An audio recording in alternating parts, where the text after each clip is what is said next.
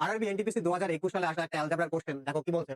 If x equal to 7 plus 4 root 3 then the find the value of under root x plus 1 by under root x। দেখো এই টাইপের question solve করতে হলে প্রথমত আমাকে x plus 1 by x এর কি মান বের করতে হবে।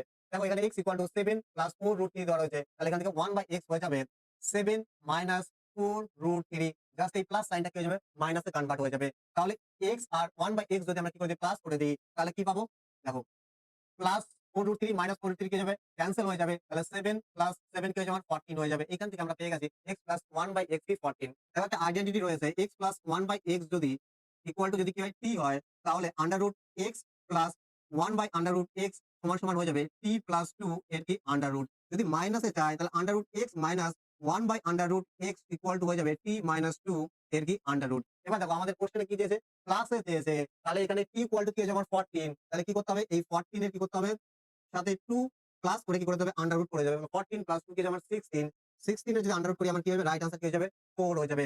অপশন ডি আমার কি এক্স্যাক্টলি রাইট আনসার হয়ে যাবে। এরকম সঠিক পাওয়ার জন্য কি করো এখনই ফলো করো।